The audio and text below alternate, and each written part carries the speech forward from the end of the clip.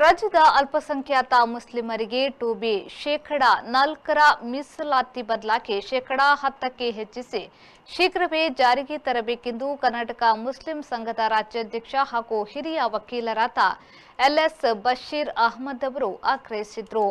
ಅವರು ವಿಜಯನಗರ ಜಿಲ್ಲೆ ಕೂಡ್ಲಿಗಿ ಪಟ್ಟಣದ ಪ್ರವಾಸಿ ಮಂದಿರದಲ್ಲಿ ರಾಜ್ಯ ಕಾರ್ಯಕಾರಿಣಿ ಸಭೆಯಲ್ಲಿ ಮಾತನಾಡಿದರು. ಮುಸ್ಲಿಮರನ್ನ ಎದುರು ಹಾಕಿಕೊಂಡು ಸೋಲನ್ನ ಅನುಭವಿಸಿರುವ ಪಕ್ಷದಿಂದ ಅಧಿಕಾರದಲ್ಲಿರುವ ಈಗಿನ ಕಾಂಗ್ರೆಸ್ ನೇತೃತ್ವದ ಸರ್ಕಾರ ಪಾಠ ಕಲಿಯಬೇಕು.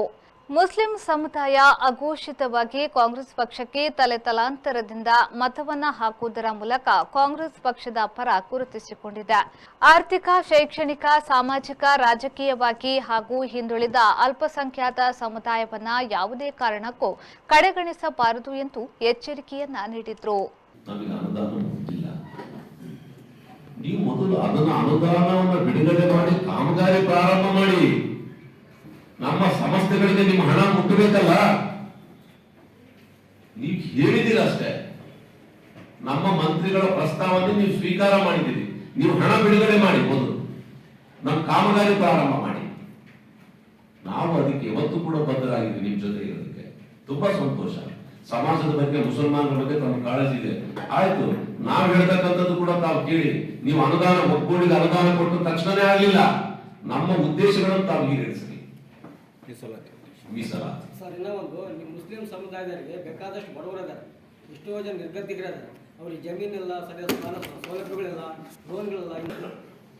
ಅನೇಕ ಬಡ ಕುಟುಂಬಗಳು ಇವತ್ತು 1 ಎಕರೆ ಜಮೀನಿಲ್ಲದ ಮುಸ್ಲಿಮರು ಇವತ್ತು ಹಳ್ಳಿಗಳಲ್ಲಿ. ಅಂತವರಿಗೆ ಅಕ್ರಮ ಸಕ್ರಮದಲ್ಲಿ 5 ಎಕರೆ ಜಮೀನು, ಸರ್ಕಾರ ಜಮೀನು ಕೊಡ್ತಕ್ಕಂಥದ್ದು, ಗುಡಿಸಲು ಮನೆಗಳಲ್ಲಿರ್ತಕ್ಕಂತಹ ಮುಸಲ್ಮಾನರಿಗೆ ಆಶ್ರಯ ಮನೆಗಳನ್ನು ಕೊಡ್ತಕ್ಕಂಥದ್ದು, ಮಸೀದಿಗಳು ಇಲ್ಲದ ಊರುಗಳಲ್ಲಿ ವಕ್ಫ್ ಇಲಾಖೆಯಿಂದ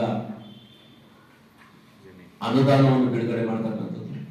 ವೇದಿಕೆಯಲ್ಲಿ ಕರಾವಳಿ ಕರ್ನಾಟಕದ ಹಿರಿಯ ವಕೀಲ ಸಾಹಿದುಲ್ಲಾ, ಮೊಹಮ್ಮದ್ ಶಹೀಫುಲ್ಲಾ, ಚಿತ್ರದುರ್ಗದ ಮೊಹಸಿನ್ ಸಾಹೇಬ್, ಕುಂದಾಪುರದ ಯಾಸೀನ್ ಸಾಹೇಬ್, ಗುಡೇಕೋಟೆ ನೌಶಾದ್, ಶೈಫುಲ್ಲಾ, ಜಫರುದ್ದೀನ್, ರೆಹಮಾನ್, ಇಮಾನ್, ಮೌಲಿ ಸಾಹೇಬ್ ಸೇರಿದಂತೆ ರಾಜ್ಯದ ವಿವಿಧೆಡೆಯಿಂದ ಆಗಮಿಸಿದ ಮುಸ್ಲಿಂ ಸಮಾಜದ ಮುಖಂಡರು ಪಾಲ್ಗೊಂಡಿದ್ದರು.